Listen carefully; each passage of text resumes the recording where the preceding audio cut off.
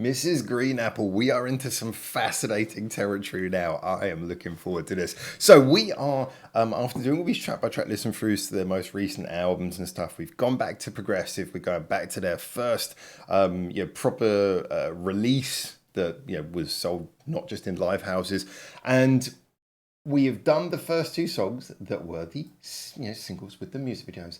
And here we are. We are now diving into the bit which I always find to be the juicy content, which is where we get to hear what the band released, enjoyed, recorded, loved, but wasn't deemed as being the thing that needed to be commercially put forward as a music video.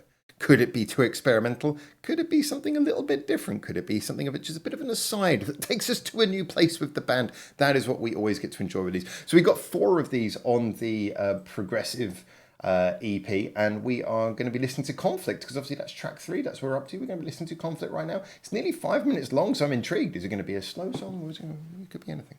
Anyway, let's check it out, and then we'll talk more afterwards.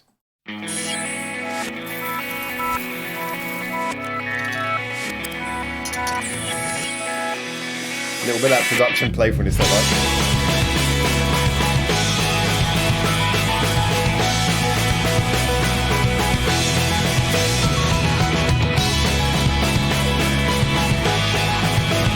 This very playful sound straight away.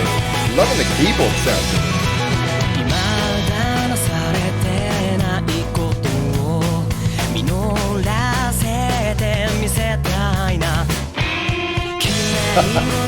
Cool little dissonant chord there. Love how raw the drums sound.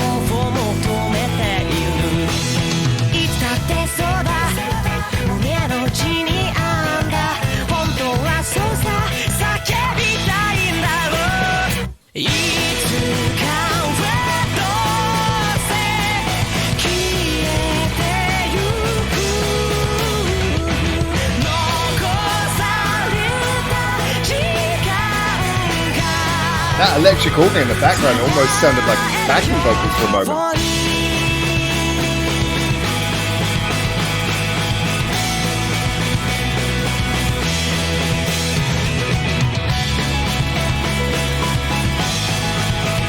The overdrive of that guitar against the gentle keyboard sound is a beautiful contrast.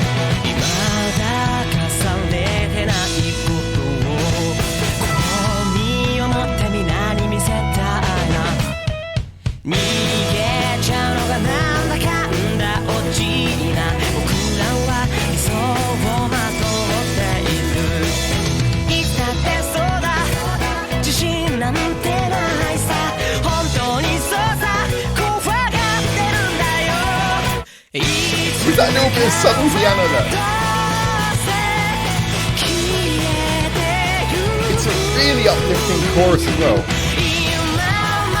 Maybe more rousing than uplifting.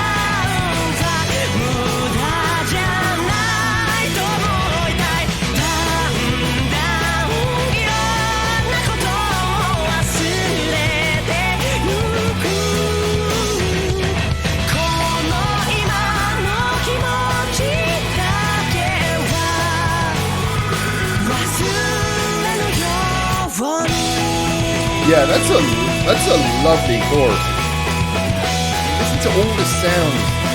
The contrast between the keyboard and the guitar is so good.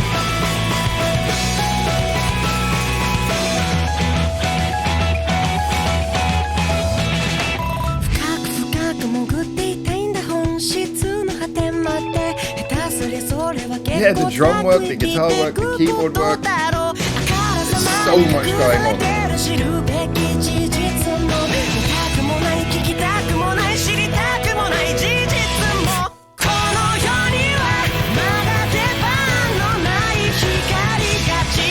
Switching to the piano for a bit more grandeur.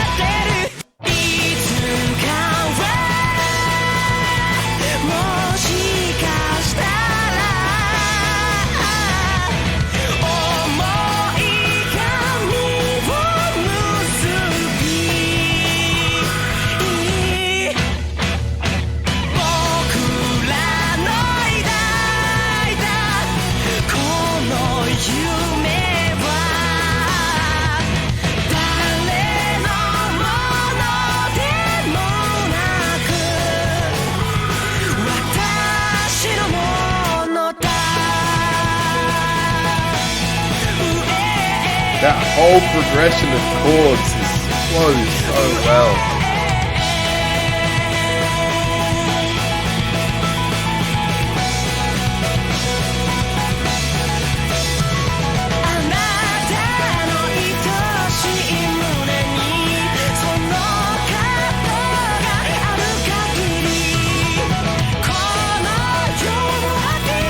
The fact that drums are just smashing away so much intensity.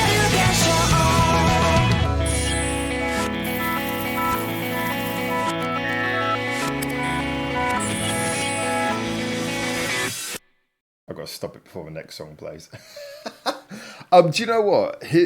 I'll be entirely honest. If I was to be asked on the spot right now in this second whether this would be like a top 5 Mrs. Green Apple song for me, I would be leaning towards yes right now. I really enjoyed that. I thought that was so well crafted, because obviously, I mean, I'm just saying that off of my basic instinct at the current moment, because I'd have to go back and listen to all the songs we've heard so far. But this to me was just really a fantastic demonstration of this quality that I think they do so well as a band, which is the ability to project a genuine sense of like a song that feels powerful and energetic and full without really having to do anything too over the top. It's more just in the way that they fill out the sound.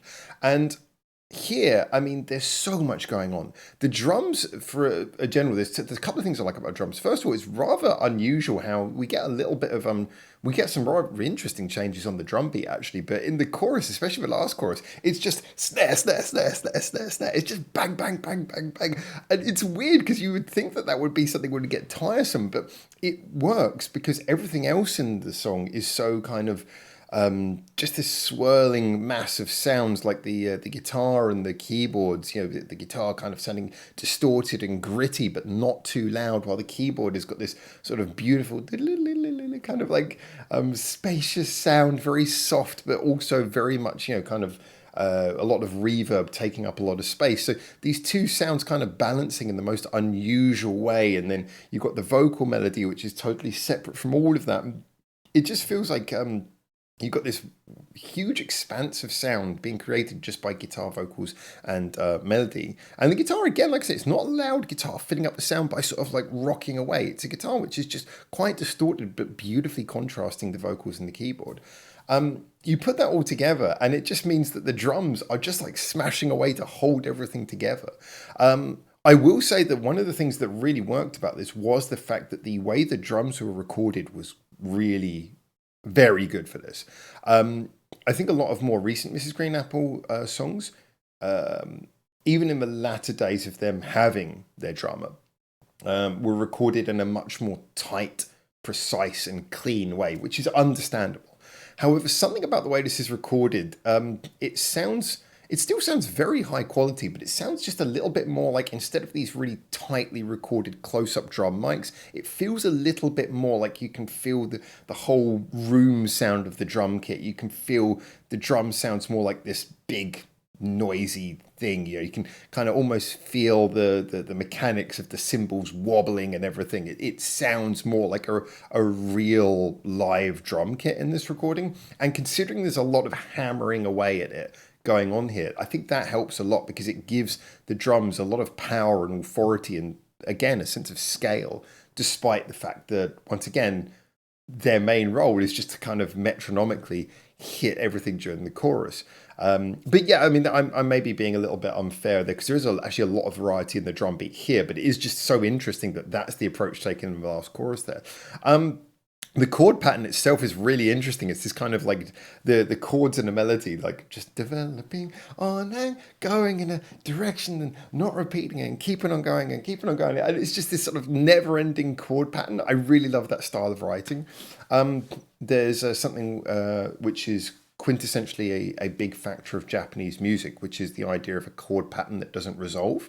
I've talked about this in previous reviews before, but this is something this song does quite well, and that Mrs. Green Apple often do very well. When you think about a chord pattern that resolves, it's a chord pattern that goes through all of its various changes and then it resolves when it gets to the last note. And it's done. And then it finishes. It's that note where everything feels settled.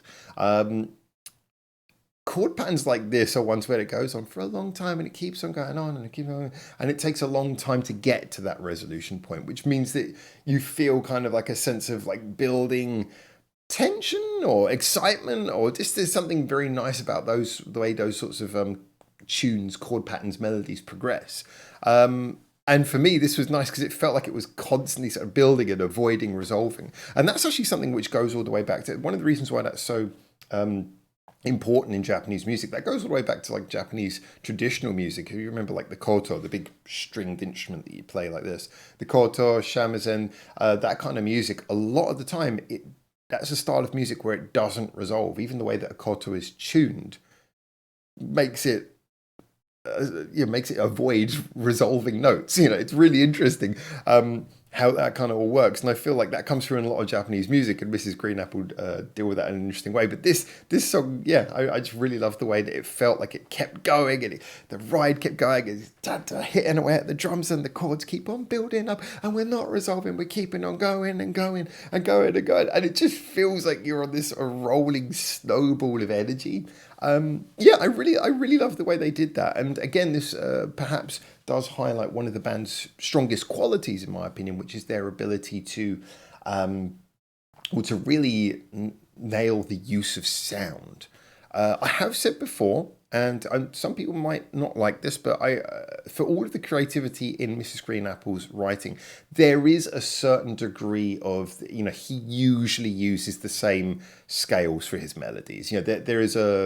There are certain areas in which Mrs. Green Apple doesn't vary as much as other bands from song to song, but the area where they definitely always are very, very creative, and their songwriting is great, don't get me wrong, it's just like that's the area where they're most creative, is their ability to really use layers of sounds, to write things like those little keyboard lines, those little guitar lines that actually add nuances and details inside the arrangement, and then it's the arrangement that makes each of their songs sound so unique and often captures a lot of the emotion. So when I listen to this, I think melody wise and chord pattern wise, it might be familiar to Mrs. Green Apple, but I just really love the way that it flows, it builds up, all the sounds and everything will come together, coalesce to make this beautiful sort of snowball of energy. Anyway, there you go. That is my ranting take on this.